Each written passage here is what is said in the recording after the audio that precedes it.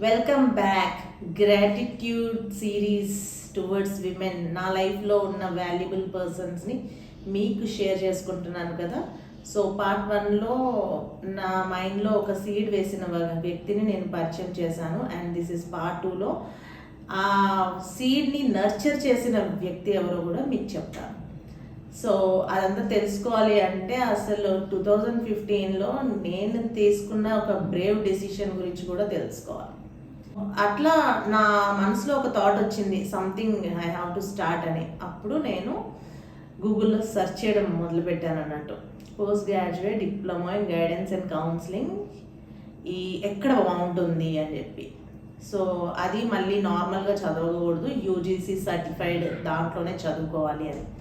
అప్పుడు గోవా యూనివర్సిటీలో అఫిలియేట్ అయిన ఎన్ఐ కాలేజ్ గురించి తెలిసింది. అండ్ అక్కడ నాకు పరిచయమైన వ్యక్తే మా లెక్చరర్ కమ్ నా పర్సనల్ కౌన్సిలర్ అండ్ నా మెంటర్. ఆ ఇయర్లో ఇంకా నా లైఫ్ మామూలుగా టర్న్ అయిపోలేదు.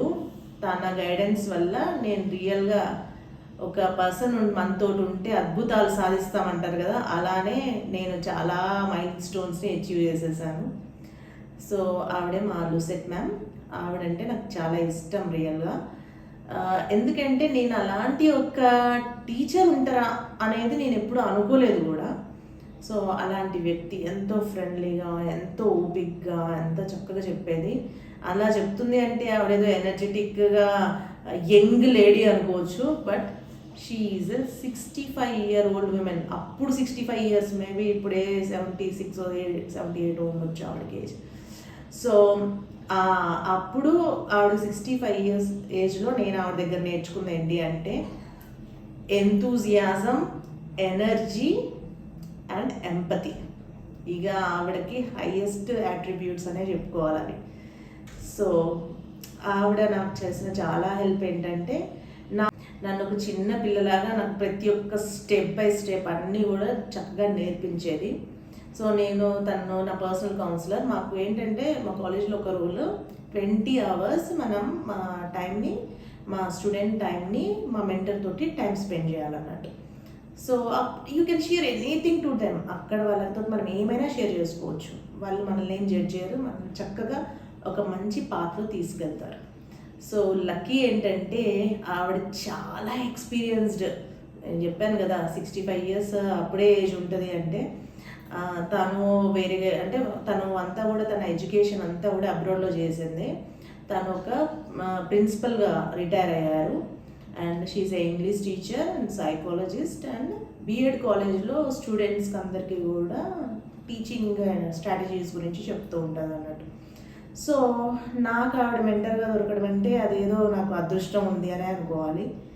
సో క్లాస్ చెప్పిన, తను మాట్లాడిన, ఎక్కడ చూసినా పాజిటివ్ వైబ్స్ కనిపిస్తూనే ఉండేది. అంత ఓల్డ్ ఏజ్ లాగా కూడా అనిపించేది కాదు. అప్పుడు నా లైఫ్లో నేను తీసుకున్న డెసిషన్ ఏంటంటే మనం చచ్చిపోయేదాకా కూడా నాకు నచ్చిన పని చేయాలి అనేది. నేను ఆవిడ నుంచి చాలా ఇన్స్పైర్ అయ్యాను.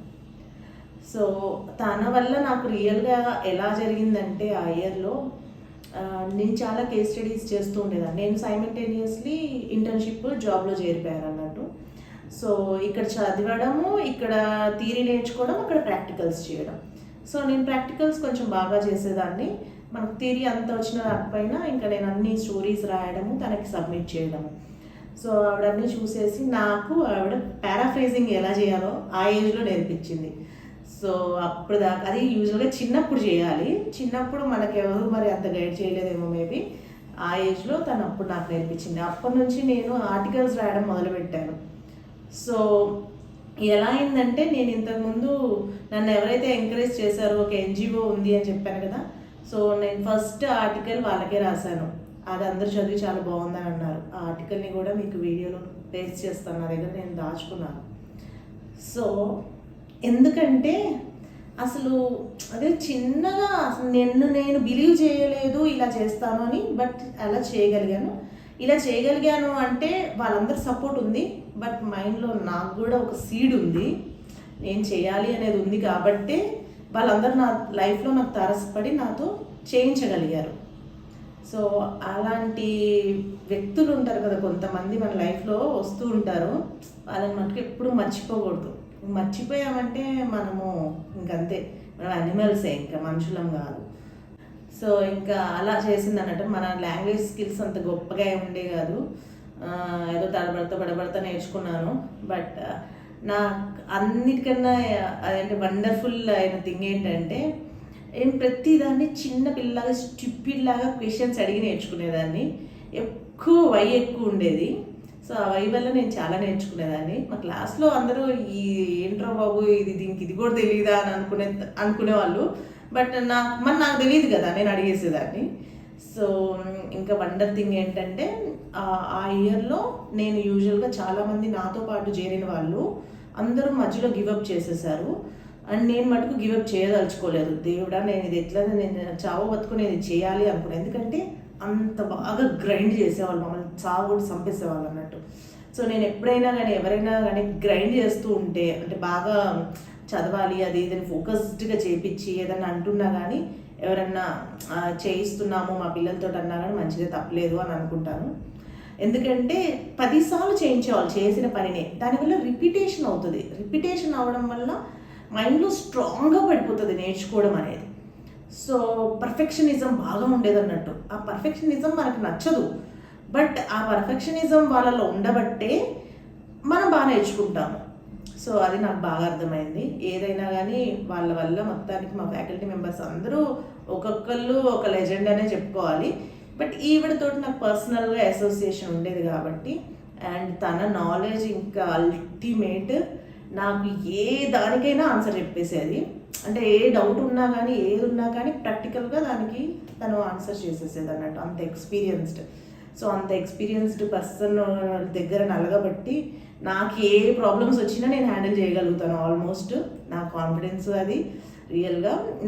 యూజువల్గా నా కొలీగ్స్ కానీ నా టీం మెంబర్స్ అంటుండే, ఎలా మ్యామ్ ఎలా సాధ్యమవుతుంది ఇంత ఒక్కోసారి ఇంత బర్డన్ని కానీ ఇంత ఎలా క్యారీ చేస్తారు అంటే, అవే బాబు ఇది నా గొప్పతనం కాదు, నా లైఫ్లో కొంతమంది వ్యక్తులు పరిచయం అయ్యారు, అది వాళ్ళ గొప్పతనము, అది వాళ్ళ నుంచి నేను ఇమిటేట్ చేసేసి నేర్చేసుకున్నాను అని చెప్తాను.